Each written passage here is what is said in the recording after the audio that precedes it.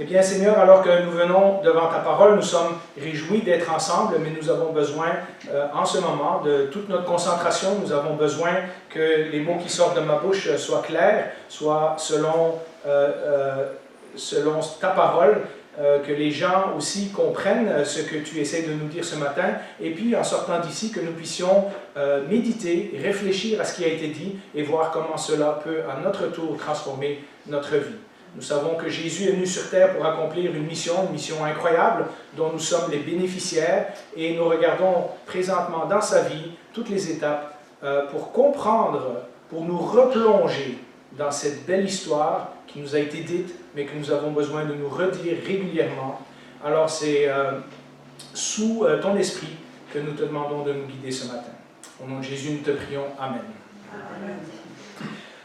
Alors, nous allons aller dans cette année au travers de tous les évangiles. Fait que parfois les textes seront pris dans Matthieu, parfois les textes seront pris dans Luc. Donc, pour plus de facilité, on les mettra au tableau. Comme ça, vous n'aurez pas à tourner les pages dans votre Bible. Mais j'ai choisi pour aujourd'hui, si certains veulent quand même suivre dans leur Bible, ça sera dans Matthieu chapitre 4. Ça sera la tentation de Jésus telle qu'elle nous est racontée par Matthieu. Alors, nous avons vu que nous avons commencé, suite à la série de Noël, nous avions commencé en parlant de Jésus dans le temple, et que Jésus, déjà à 12 ans, était conscient qu'il avait une mission à remplir, c'est-à-dire de s'occuper des affaires de son Père céleste.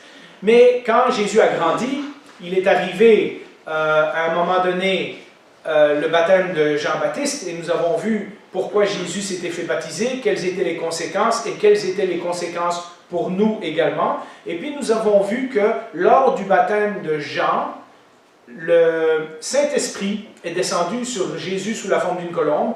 Le Père a fait entendre sa voix du ciel en disant « Celui-ci est mon Fils bien-aimé en qui j'ai toute mon affection ». Et nous avions dit au dernier message que ce qui caractérise Jésus, c'est la profonde conviction, ce qui lui donne l'énergie pour avancer, c'est cette profonde conviction qu'il est le Fils bien-aimé de Dieu. Conviction qui a été renforcée le jour où les témoins ont entendu la voix de Dieu au baptême de Jésus. Et cette conviction va contrôler sa vie et va contrôler ses circonstances jusqu'au dernier jour de sa vie ici-bas.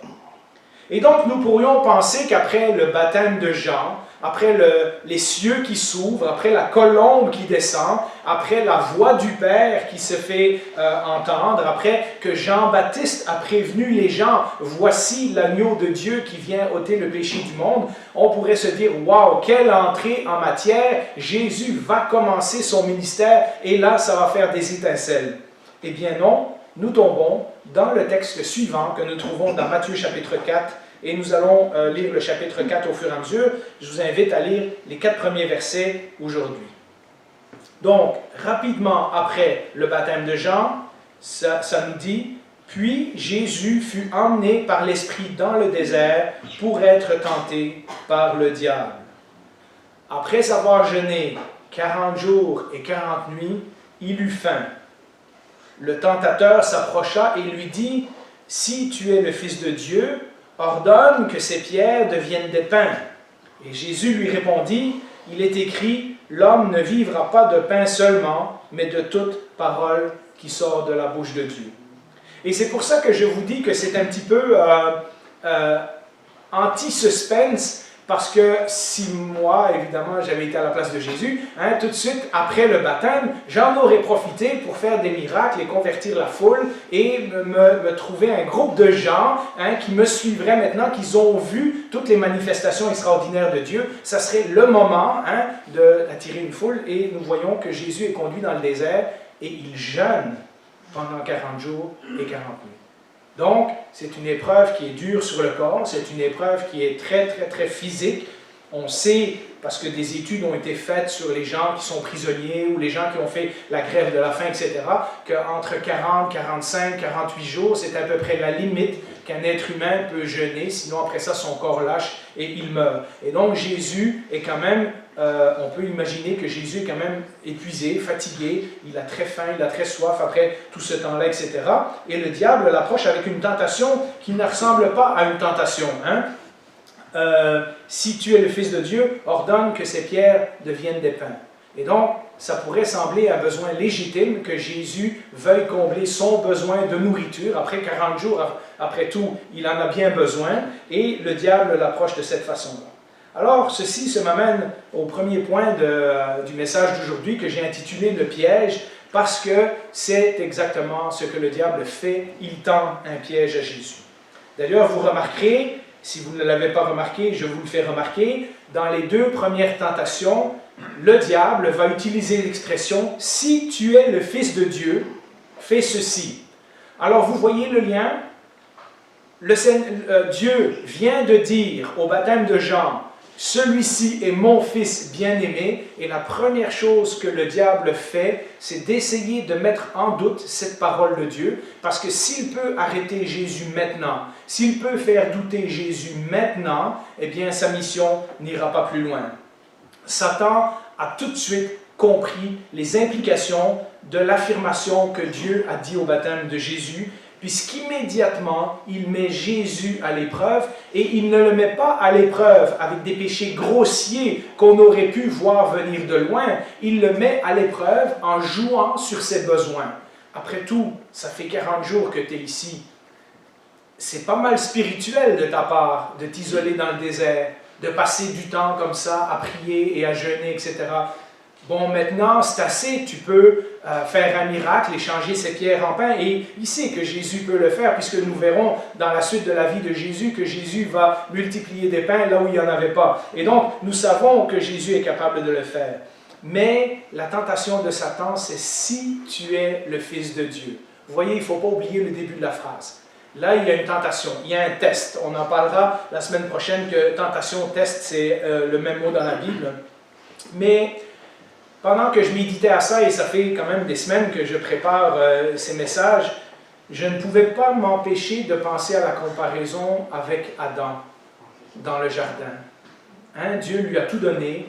Dieu en a fait son fils avec un petit f, hein, son premier représentant, le représentant de la race humaine. Dieu a choisi Adam comme son représentant auprès de la création. Voilà, tout ça c'est pour toi, je vais te le donner. Tu dois le dominer sur la création, tu dois t'occuper des animaux, tu dois t'occuper du jardin, etc. Et Satan arrive et met tout de suite en doute le caractère de Dieu. Hein? Est-ce que Dieu a vraiment dit que, etc. Non, non, non, non, Dieu sait que c'est pas ça, il ne vous a pas dit la vérité. Vous voyez comment Satan utilise la même approche. C'est une approche qu'il a essayée avant et elle a fonctionné. Hein? Et il a des milliers d'années d'expérience lorsqu'il arrive à Jésus. Donc cette approche-là, il l'a vue avant, il l'a utilisée. Les êtres humains sont tombés dans son piège souvent, souvent, et il essaye maintenant cette approche avec Jésus. Et là, ce que nous voyons, c'est la référence de Jésus à une parole qui se trouve dans Deutéronome. D'ailleurs, les 3 réponses que Jésus va donner se trouvent dans Deutéronome, qui est le livre qui parle d'Israël dans le désert. Et donc Jésus, vous voyez le lien, Jésus est dans le désert, 40 jours et 40 nuits, Israël est dans le désert, et Jésus va aller puiser dans la parole du Deutéronome les réponses qu'il va donner à Satan. Satan qui vient de mettre en doute son identité en tant que fils de Dieu, mais qui vient surtout d'insulter Dieu en mettant en doute la personnalité et le caractère de Dieu, en disant « si tu es le fils de Dieu », je vous en parlais un peu plus tantôt. Jésus cite cette parole qu'on trouve dans Deutéronome, chapitre 8, versets 3 à 5, mais regardez le contexte. Moïse est en train de faire le rappel de ce que Dieu a fait à Israël pendant les 40 ans. Vous voyez, 40 jours et 40 nuits, 40 ans dans le désert. Il y a un lien là. Moïse est en train de faire le rappel au peuple avant de rentrer dans le pays promis, de tout ce qui s'est passé pendant les 40 ans de désert. Et il dit ceci.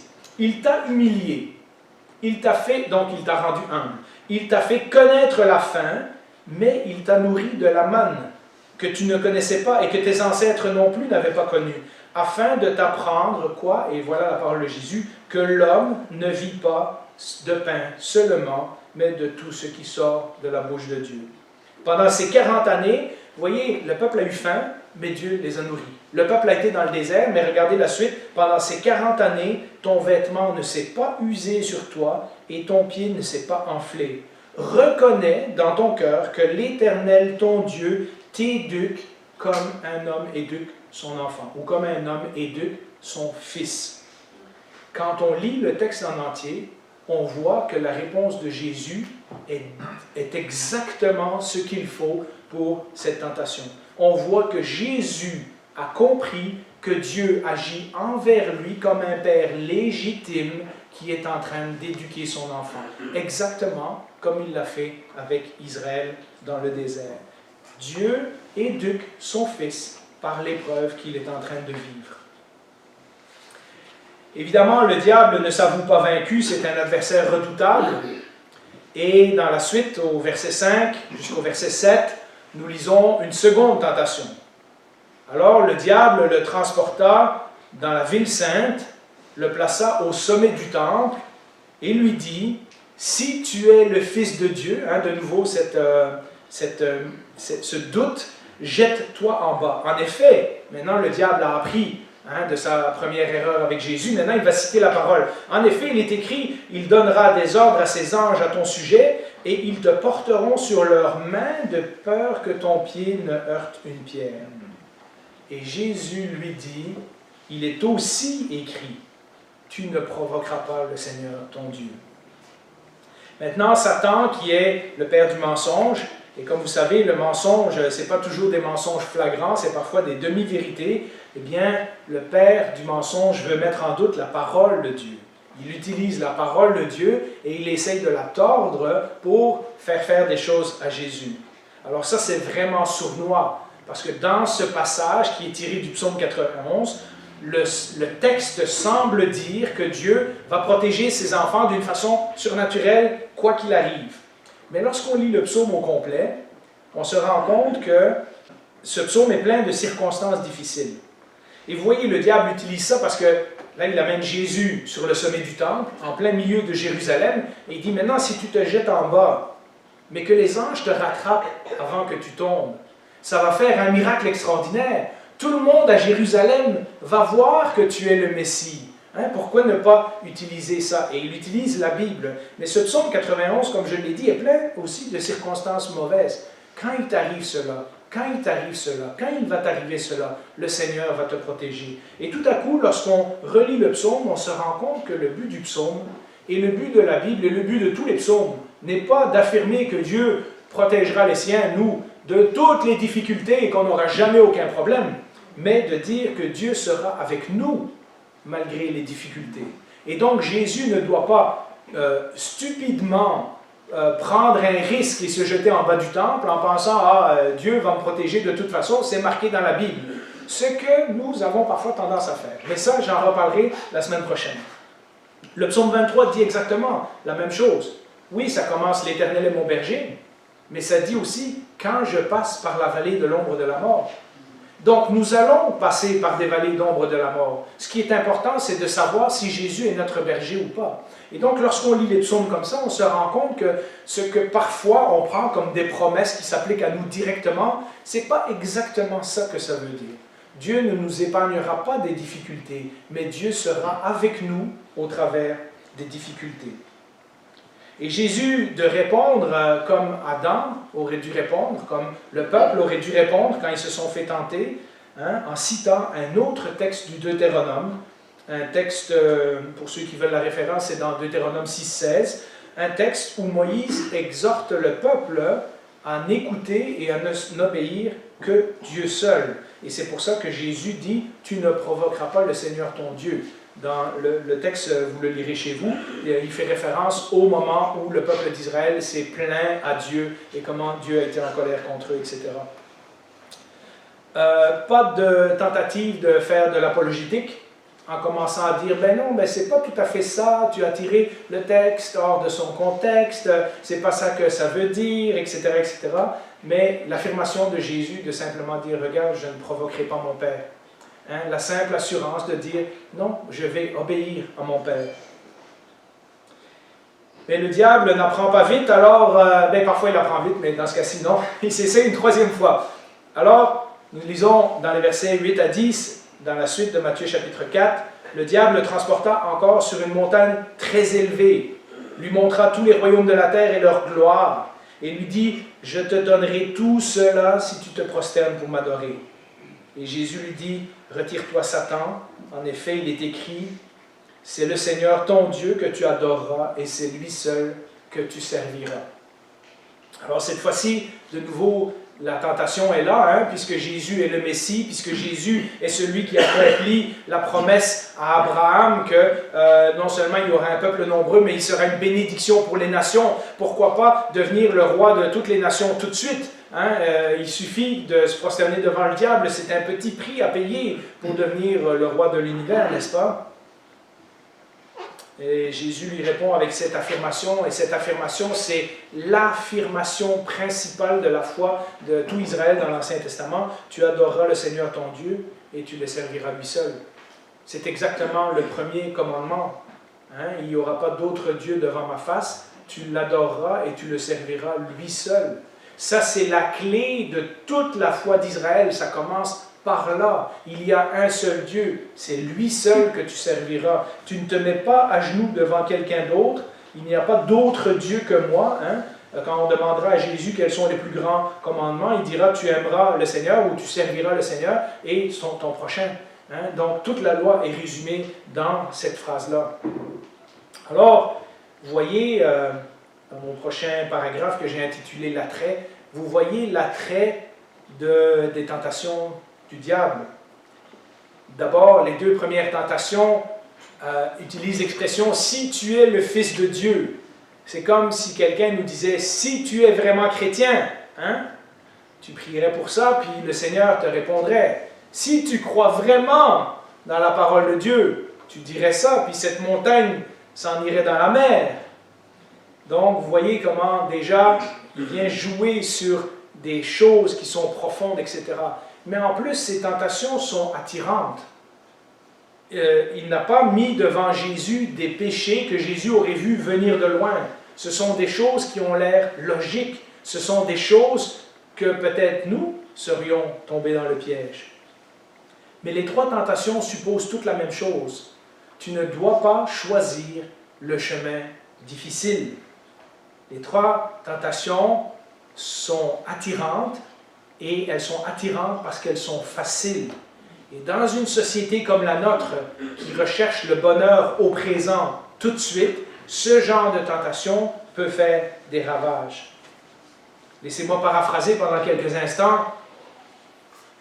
C'est comme si le diable disait à Jésus, et puis on se reconnaîtra là-dedans, Dieu comprendrait s'il t'aimait vraiment. Si tu as faim, et puis tu as faim pour une bonne cause, hein, spirituellement, tu t'es privé, tu es un bon chrétien. Regarde, ça fait 40 jours que tu jeûnes. Hein, si Dieu va comprendre. Si tu as faim, quel mal il y a, vous entendez souvent hein, cette expression, quel mal il y a à faire ça si je blesse personne? Hein? Quel mal il y a à changer les pierres en pain? Ou comme on m'a déjà dit, et il y a quelques années, ça m'avait vraiment cloué le bec à ce moment-là, maintenant je sais quoi répondre, mais quel père aimerait voir son enfant souffrir? Hein? Si ton père t'aimait vraiment, est-ce qu'il permettrait que tu souffres pour t'apprendre une leçon?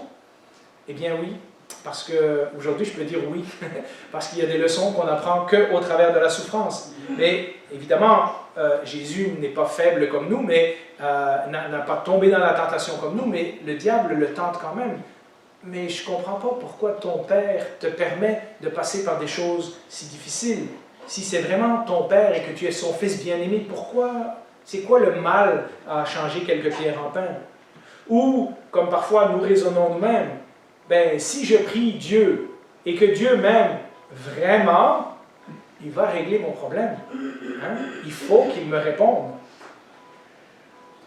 Si tu es sûr, si tu es si sûr d'être le Fils de Dieu, te rends-tu compte de la responsabilité que ça représente sur tes épaules? En tant que descendant de la famille royale de David, puisque l'évangile de Matthieu a commencé en nous disant dans la généalogie que Jésus était le descendant du roi David, les mages, comme on l'a vu il y a quelques semaines, ont dit « Où est le roi des Juifs qui vient de naître ?» Et donc, l'évangile de Matthieu commence avec cette royauté de Jésus, et puis tout de suite dans Matthieu chapitre 4, donc quelques chapitres après, Satan qui le tente en disant, si tu es vraiment le descendant de la famille royale de David, en tant que Messie, en tant que serviteur de Dieu, en tant que représentant de Dieu pour ce monde, en tant que représentant d'Israël, ne devrais-tu pas être assis sur le trône? Regarde, tout ce que tu as à faire, c'est te prosterner un petit peu devant moi et je vais te le donner tout de suite. En prenant ce rôle de Messie, de fils bien-aimé de Dieu, tu vas devoir accomplir tout ce qu'Adam et tout ce qu'Israël dans le désert n'a pas accompli. Tu vas devoir tenir toutes les promesses qui sont faites devant Dieu, obéir à tous les commandements. Tu vas devoir finir la mission qu'ils n'ont jamais achevée pendant tant d'années. Tu vas devoir obéir en tout point aux exigences de Dieu. Prendre la responsabilité morale à laquelle tous les êtres humains avant toi n'ont pas été capables d'être fidèles. Pourquoi prendre le chemin difficile? Pourquoi prendre le chemin qui va durer 3 ans? Si tu veux être le roi, tout ce que tu as à faire, jette-toi en bas du temple ou prosterne-toi devant moi. Les gens vont le voir, le monde entier sera à tes pieds. En un instant, je peux tout te donner, tous les royaumes de la terre. Et puis, les gens qui t'ont vu il y a quelque temps au baptême et qui ont entendu le message de Jean-Baptiste te concernant, ils vont te suivre sans hésiter si tu fais un miracle. Pourquoi causer la déception des attentes de tout le peuple? Pourquoi te détruire toi-même? Tu peux les convaincre ici et maintenant que tu es le Messie promis, simplement en faisant une démonstration miraculeuse. Mais vous savez, nous apprendrons dans la suite des évangiles que les miracles, la popularité et même l'adoration des foules n'est pas une preuve de divinité. Ce n'est pas parce que les gens te suivent que ça veut dire que tu es Dieu. Nous le voyons dans l'histoire de notre monde tout le temps. Et à l'inverse, les gens qui l'ont vu multiplier les pains, et donc qui auraient dû comprendre que Jésus était quelqu'un de surnaturel, se sont éloignés de lui quand ses enseignements sont devenus trop difficiles. Nous le verrons un peu plus tard. Et la foule qui l'adorait le dimanche des Rameaux en disant « Béni soit celui qui vient au nom de l'Éternel », une semaine après, il criait « Crucifie-le ». Donc l'adoration des foules et les miracles et toutes ces choses-là ne sont garants de rien du tout. Alors, quelle est la clé? Quelle est la clé? Bien, la clé, c'est les Écritures. Jésus, depuis 30 ans, lorsqu'il se présente au désert, ça fait 30 ans que Jésus lit, étudie, médite les Écritures. Le fait que, j'en parlerai une fois dans un prochain message, mais le fait que dans les 4 évangiles, il y a plus de 300 fois où Jésus mentionne des textes de l'Ancien Testament, montre que Jésus connaissait parfaitement l'Ancien Testament. Jésus connaissait l'Écriture. Vous vous rappelez, on en parlera dans 2 semaines, lorsque Jésus est entré à Nazareth, on lui a donné le rouleau du prophète Ésaïe. Il a cherché, ça dit, il a cherché dans le rouleau d'Ésaïe où ça disait tel texte, et quand il l'a trouvé, il l'a lu. Donc il savait qu'il y avait un texte comme ça dans le rouleau d'Ésaïe. Il y a plein de preuves qui nous montrent que Jésus connaissait très bien sa parole. Le fait même qu'il cite Deutéronome. Lorsqu'on est tenté par le diable, nous, où est-ce qu'on va en général? Dans le Nouveau Testament, on va prendre quelques versets de l'apôtre Paul ou quoi. Jésus, lui, il cite Deutéronome, c'est loin. C'est un livre qu'on n'a peut-être même pas tous lu. Donc, vous voyez, le fait qu'il est capable de comprendre tout ça, de citer les textes de Deutéronome, montre que Jésus, depuis longtemps, se fie aux Écritures pour trouver sa véritable identité. En réfléchissant aux Écritures, et particulièrement aux 40 ans d'Israël dans le désert, parce que les textes du Deutéronome 8 sont dans ce moment où Israël va sortir du désert après ses 40 ans, Jésus a compris qu'il a une mission en tant que serviteur, en tant que fils bien-aimé de Dieu, en tant que nouveau représentant de la race humaine. Et cette mission, malheureusement, elle doit inclure le rejet, la souffrance, la torture, et finalement la mort. Nous verrons dans pas longtemps que Jésus va être opposé et rejeté à toutes les étapes de son ministère pendant les 3 ans qu'il va exercer son ministère. Et ça va commencer par Nazareth, la ville où il a été élevé. Et il a accepté que ça faisait partie du plan de Dieu et il a accepté de suivre ce chemin jusqu'à la croix, afin que Dieu accomplisse au travers de lui son salut pour Israël, mais aussi pour toutes les nations. Voyez-vous, Jésus a compris qu'il est le Fils bien-aimé de Dieu. Il a compris aussi qu'il n'y a qu'un seul Dieu et que Jésus lui-même est son Fils, avec un F majuscule, son Fils bien-aimé. Mais puisque Dieu est son Père et que son Père est un Père aimant, eh bien son Père doit être aimé et obéi exclusivement, quand bien même il pourrait y avoir des alternatives apparemment nombreuses et attirantes. Dieu a un plan, Jésus se soumet à ce plan, mais le diable vient lui dire, il y a d'autres moyens d'arriver à ce plan. Un Seigneur, un amour, une seule loyauté, c'est cela qui aurait dû être la caractéristique principale du peuple d'Israël dans l'Ancien Testament, du peuple d'Israël dans le désert. Jésus a été testé comme Israël dans le désert, mais au contraire d'eux, après cette tentation, il a engagé sa vie totalement en soumission au plan de Dieu. Tout ce que Satan voulait donner à Jésus, par un raccourci, Jésus l'obtiendra finalement, mais d'une autre façon, selon le plan et selon le timing de Dieu. Et regardez comment le texte finit, Matthieu 4, 11. Alors le diable le laissa, et voici que des anges s'approchèrent de Jésus et le servirent. Vous voyez dans ce petit verset-là, les anges qui devaient normalement empêcher son pied de cogner une roche, les anges viennent le servir, donc ils viennent lui donner à manger et à boire, la tentation d'échanger les pains, et puis les anges qui sont soumis à Dieu, qui viennent pour adorer Jésus, qui viennent pour servir leur maître. Donc dans ce petit verset-là, on voit déjà que Jésus va obtenir tout ce que Satan lui a promis, mais selon le plan que Dieu a prévu. La stratégie de Satan n'a pas marché, mais Luc nous dit qu'il reviendra à un moment plus opportun. Si vous lisez le même récit dans Luc, ça dit « Satan s'est éloigné, mais jusqu'à une occasion favorable ». Ce sera notamment quand Pierre voudra épargner à Jésus la croix et que Jésus lui dira à Satan « Éloigne-toi de moi, Satan, tu ne sais pas, tes pensées ne sont pas celles de Dieu ». Ce sera aussi quand les chefs de la loi vont se moquer de lui et lui dire « Si tu es le Fils de Dieu », vous entendez l'écho de Satan là-dedans? Si tu es le Fils de Dieu, descends de la croix et nous croirons en toi. Il s'est sauvé lui-même, il ne peut pas sauver les autres. Satan va revenir, mais pour le moment, Jésus est victorieux et nous verrons les conséquences pour nos vies la semaine prochaine. Cela m'amène à un dernier point sur la parole, et vous savez que dans cette église, on aime beaucoup insister sur la parole de Dieu. Satan lui a proposé des raccourcis.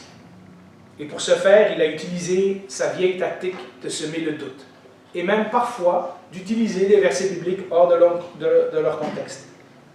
Mais dans le récit de la tentation, ce que nous voyons, c'est Jésus qui utilise l'Écriture pour définir son identité, l'orientation de sa vie et toute sa mission. Il est ce que l'Écriture et ce que Dieu dit de lui, et non pas ce que le diable ou d'autres lui propose d'être. Son identité est basée sur la parole de Dieu. Il fait référence à la section du Deutéronome qui démontre l'attitude fondamentale et l'engagement complet qu'Israël aurait dû avoir envers Dieu. L'engagement total que Dieu attend de ses enfants. Toutes les autres lois que Dieu a données viennent après celle-là. Tu aimeras et tu adoreras le Seigneur Dieu, lui seul.